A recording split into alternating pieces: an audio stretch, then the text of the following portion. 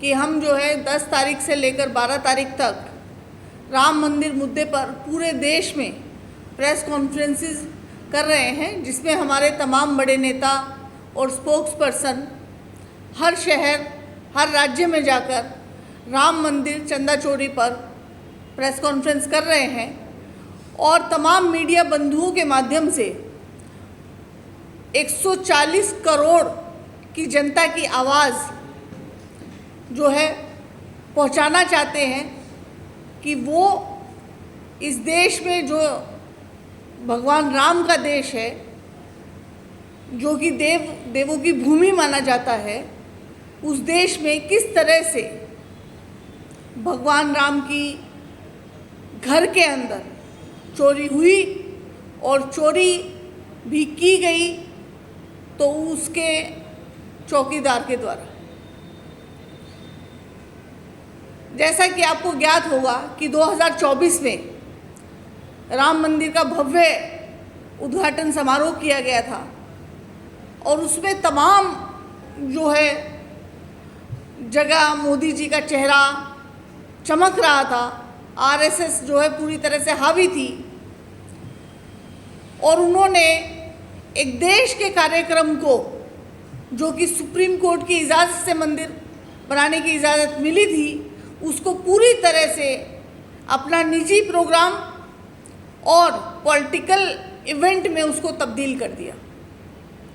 इसी तर्ज पर चलते हुए उन्होंने राम मंदिर ट्रस्ट जो तैयार किया, उसमें तमाम अपने पैतृक संगठन आरएसएस के लोगों को संगठन में डाला और निगरानी के लिए भाजपा के बड़े अधिकारी और सीएम के हाथों जो है मंदिर को सौंप दिया गया। पूरे देश से करोड़ों लोग दर्शन के लिए आए। किसी ने 11 रुपये दान पेटी में डाले, किसी ने 101 रुपये दान पेटी में डाले, किसी ने करोड़ों रुपए की सोने की रामायण मंदिर को दी, किसी ने 200 किलो चांदी की ईंटें मंदिर को दी। तमाम इस तरह के दान जो अगर उनकी गिनती हो तो वो हज़ारों करोड़ में पहुंचते हैं, वो दान जो है मंदिर को दिया गया। लेकिन उस दान की चोरी जो है लगातार, जिस दिन से मंदिर बना उस दिन से लगातार जो भगवान राम को दान दिया गया, भगवान राम की आस्था के नाम पर मंदिर को दिया गया, उस दान को अपना समझ के, अपना निजी धन समझ के और तमाम जो है राम मंदिर से वो जो है चुराते रहे लगातार। और जब इसकी जांच हुई तो इन्होंने पिछले 40 दिन की जो जांच बताई, उसमें 40 दिन में 70 बार चोरी का मामला जो है वो सामने आया, जिसमें कभी बाथरूम में, कभी रसोई में, कभी कहीं पे सामान छुपाया गया, कार्यकर जो उनके कर्मचारी थे उनके द्वारा ले जाया हुआ दिखाया गया। बाकायदा पूरी तरीके से ये बिना किसी प्रकार का इसके ऊपर सर्विलेंस नहीं था, तमाम सीसीटीवी कैमरे होने के बावजूद भी इस तरह की चोरी कैसे संभव हुई, जब आप पूरी तरह से प्रधानमंत्री कार्यालय से इसकी जो है चौकीदारी चल रही थी। आपको ज्ञात ही होगा कि बहुत इतिहास में मशहूर है कि मोहम्मद गजनवी जब आया तो उसने सोमनाथ को लूटा, कितनी बार लूटा, लेकिन उसने 40 दिन में 70 बार नहीं लूटा। जैसे भाजपा ने 40 दिन में 70 बार राम मंदिर को लूटा, और ये तो केवल 40 दिन की हमारे पास रिकॉर्ड है, तथ्य हैं। उसके अलावा 2024 से लेकर अब तक कितनी बार लूटा गया उसका कोई रिकॉर्ड नहीं। और जब ये मामला सामने आता है और तमाम लोग और जनता इसके खिलाफ खड़ी होती है और उनसे जवाब मांगती है, तो आप मुझे ये बताइए कि अगर कहीं पे चोरी का मामला आपके घर में हो, हमारे ऑफिस में हो, हमारे कार्यालय में हो, मेरी गाड़ी में हो, तो क्या होता है? बिल्कुल जाहिर सी बात है कि एफआईआर दर्ज होती है। एफआईआर दर्ज होने के बाद जो कल्प्रिट निकलता है, जो आरोपी निकलता है, उसको फौरन तत्काल प्रभाव से गिरफ्तार किया जाता है। लेकिन यहाँ पर एफआईआर का जिक्र नहीं, पहले ही चरण में एसआईटी बिठा दी जाती है और एसआईटी में भी वो अफसर बिठाए जाते हैं जो भाजपा के लाडले अफसर हैं। आप खुद ही अंदाज़ा लगा सकते हैं कि लखनऊ जैसा राजधानी के अंदर भाजपा किसको जो है डीएम के तौर पर बैठाएगी। जाहिर है कि अपने सबसे लाडले अफसर को बिठाएगी और उस लाडले अफसर को एसआईटी का जो है पूरा जो दारोमदार सौंप दिया जाता है, उसके अंडर में एसआईटी का गठन किया जाता है। और यहाँ पर सबसे चौंकाने वाली बात ये है कि जिसके अंडर में एसआईटी जो है बैठाई गई, वो अफसर खुद, उसके ऊपर 2 करप्शन के, गबन के केस चल रहे हैं, सरकारी दस्तावेज से छेड़छाड़ की एफआईआर दर्ज है, वो खुद 2 मामलों में जो है आरोपी है, धोखाधड़ी के मामलों में। क्या पूरे देश में उनको केवल एक यही व्यक्ति मिला था जो पहले से धोखाधड़ी, गबन 420 के अंदर जिसके ऊपर केस दर्ज है एसआईटी के लिए? कोई ईमानदार अफसर उनको नहीं मिला। और ये फैसला किसके द्वारा लिया गया कि एफआईआर दर्ज करने की बजाय जो है एसआईटी का गठन होगा? और एसआईटी जब प्रूफ निकालती है तो उसमें जब नाम सामने आते हैं तो लगातार इस्तीफे होने लगते हैं। कभी चंपत राय इस्तीफा दे रहे हैं, कभी ट्रेजरर इस्तीफा गोविंद जी दे रहे हैं, कभी कोई इस्तीफा दे रहा है।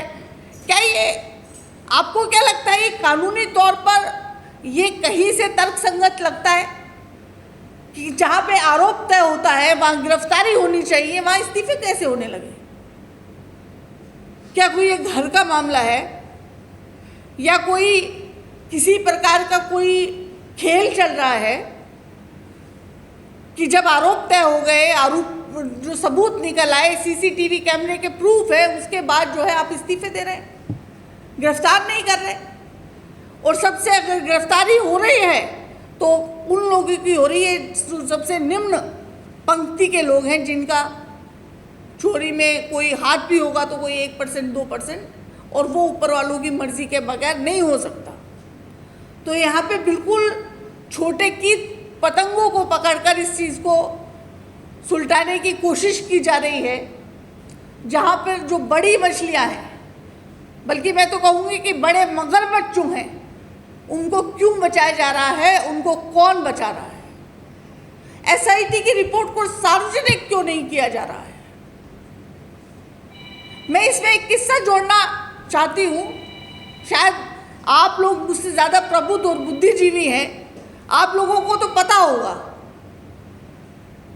कि जो राम मंदिर थे, उनके पहले पुजारी जो थे महंत बाबा लाल दास जी थे, जब वो धरने पर बैठे हुए थे और जब आरएसएस और विश्व हिंदू परिषद और भाजपा राम मंदिर से पुजारी पद से हटवा दिया गया, बाद में उनकी हत्या हुई। वो बहुत कंट्रोवर्शियल विषय है, उस पर मैं नहीं जाना चाहूँगी, जिसका आज तक कोई जो है पकड़ा नहीं गया, कोई जांच नहीं। लेकिन मंदिरों पर कब्जा करने की नीति, मंदिरों को अपना बनाना, हिंदू धर्म के ठेकेदार बनना और उसके बाद खुद उसमें चोरी करवाना, डाका डलवाना, लूट करवाना। अरे आपने तो जो है आक्रांताओं को फेल कर दिया। जो भारत में लूटने आए थे, आपने तो उनको भी मार दी थी। आप तो इतने बड़े लुटेरे निकले। केवल यहां पर और केवल राम मंदिर का मुद्दा नहीं है, ये वो गैर धार्मिक सरकार है जिसको राम नाम से या धर्म से दूर दूर तक कोई लेना देना नहीं है। बनारस में कितने मंदिर तोड़े गए जिनका इतिहास में जिक्र था, जिनका पुराणों में जिक्र था, वो मंदिर तक तोड़ दिए गए। आपके राजकोट में कितने मंदिर रातों रात तोड़े गए। ये इस बात का प्रूफ है। केदारनाथ में किस प्रकार की चोरी की गई, ये सब भाजपा राज में। आपने कभी नहीं सुना होगा तमाम तरह के करप्शन सुने होंगे, लेकिन किसी भी सरकार में आज तक, कितनी भी सरकारें जो भारत में हुई हैं, आपने कभी नहीं सुना होगा कि मंदिरों पर लूट पड़ी या डाका पड़ा। ऐसी सरकार आज तक नहीं आई जो मंदिरों पर गंदी नजर रखे, जो धर्म पर गंदी नजर रखे, और केवल भाजपा और आरएसएस के खाते में ये काले अक्षर जो है इतिहास में लिखे जाएंगे कि ये एक ऐसी सरकार थी जिसने अपने संगठनों के साथ मिलकर मंदिरों में लूट मचाई, मंदिरों पर कब्जा किया गया, एक दीवार के नाम पर, एक तख्ती के नाम पर पूरे मंदिर को हड़प लिया गया, मंदिरों को तुड़वाया गया, राजधानी में मंदिरों को तुड़वाया गया। तमाम शहरों में आप अगर इस चीज़ का रिकॉर्ड करें तो आज तक इन्होंने सैकड़ों मंदिर, बल्कि मैं तो कहूँगी हजारों मंदिर उन्होंने तुड़वा डाले, और ना उसको मीडिया में आने देते हैं, ना उसको जनता के सामने आने देते हैं, ना ही उसके खिलाफ आवाज़ उठाने देते हैं। अगर कोई मेरे जैसा व्यक्ति या जडेजा जी जैसा व्यक्ति आवाज़ उठाए तो हमारे खिलाफ फौरन जो है कार्रवाई करनी शुरू कर दी जाती है और हमारा मुंह बंद करने की कोशिश की जाती है। ये तमाम जो जानकारियाँ जो कि पब्लिक डोमेन में उपलब्ध हैं और प्रेस वार्ता के माध्यम से हम लोग लगातार बोल रहे हैं इस देश की 140 करोड़ की जनता की तरफ से, तो हमारी जो मांगे हैं वो सरकार से ये है कि सबसे पहले प्रधानमंत्री मोदी जिन्होंने अपने नाम को चमकाया, राम मंदिर जब बना तो राम का नाम इतना नहीं चमका जितना कि मोदी जी का चमका। हर जगह मोदी के पोस्टर लगाए गए, हर टीवी चैनल पे मोदी का चेहरा दिखाया गया, राम जी का चेहरा नहीं दिखाया गया था, मंदिर का जो है दृश्य नहीं दिखाया गया था, केवल और केवल मोदी का चेहरा दिखाया गया था। तो चंदा चोरी का श्रेय भी मोदी जी को जाता है। जिस आदमी ने ट्रस्ट बनाया, जो आदमी इस बात की जिम्मेदारी लेता है कि मैं मंदिर बनवा रहा हूँ, मैं ट्रस्ट बना रहा हूँ, तो चोरी का इल्ज़ाम भी उन्हीं को लेना चाहिए और उन्हीं को प्रेस कॉन्फ्रेंस के जरिए पूरे देश के सामने आकर ये सफाई देनी चाहिए कि असली मामला क्या है। इस मामले की जानकारी जनता के सामने होनी चाहिए। प्रेस कॉन्फ्रेंस के जरिए वो सारी स्थिति जो है स्पष्ट करे, ये चोरी कब से हो रही है और क्यों हो रही है। दूसरी हमारी मांग है कि जो एसआईटी का गठन किया गया है और उसमें अपने प्रिय मित्रों और प्रिय अफसरों को डाला गया है, उससे जो है न्याय जनता का और राम जी का, भगवान श्री राम के लिए न्याय नहीं होगा। सुप्रीम कोर्ट के सुपरविजन में एसआईटी का गठन होना चाहिए और सुप्रीम कोर्ट के वरिष्ठ जजों के द्वारा या उनके द्वारा जो वो सुप्रीम कोर्ट जिसको बनाए उनके दखल से एसआईटी का गठन होना चाहिए और इसकी जोरदार जांच होनी चाहिए और इसको फौरन से फौरन इस पर जितना भी कार्यवाही है और जितने भी प्रूफ हैं वो जनता के सामने आने चाहिए। दोषियों को फौरन जो है, जो हमारे कानून में दर्ज है संविधान में चोरी की और वो भी मंदिर में चोरी की जो सज़ा है, वो फौरन से फौरन उनको जो है सलाखों के पीछे होना चाहिए। चाहे वो कितनी भी बड़ा आदमी है, कितनी भी बड़ी मछली है, चाहे वो प्रधानमंत्री है, चाहे वो मुख्यमंत्री है, चाहे वो होम मिनिस्टर है, चाहे वो कोई भी है। हमें ड्राइवरों के द्वारा, हमें सेवादारों के द्वारा उनको गिरफ्तार करके उनको दोषी कह के जनता के सामने मूर्ख बनाने की ज़रूरत नहीं है, क्योंकि इतनी बड़ी चोरी आपके सरपरस्ती के बिना नहीं हो सकती, आपकी इजाज़त के बिना नहीं हो सकती, आपके सुपरविज़न के बिना नहीं हो सकती है। इस सब के साथ मैं अपनी बात को विराम दूंगी और मैं आप सब से अनुरोध करूंगी कि इस बात को, ये मामला केवल राजनीतिक नहीं है, हम इसको राजनीति से नहीं जोड़ना चाहते, क्योंकि करोड़ों लोगों की आस्थाओं से जुड़ा हुआ है। इसलिए हम चाहते हैं कि इसमें आप ईमानदारी से पत्रकारिता करें और ईमानदारी से इस चीज़ को, जनता की आवाज़ को जो है आप लेकर आए मीडिया में, ताकि इस पर सच्चाई के साथ एसआईटी का गठन हो। जो असली दोषी है वो सलाखों के पीछे जाएं, जहां उनकी असली जगह है। और इसके साथ ही मैं जडेजा जी को जो है प्रेस कॉन्फ्रेंस का दायित्व देना चाहूँगी। वो 2 शब्द कहेंगे और इसका आप सबको नमस्कार। जय भारत, जय कांग्रेस।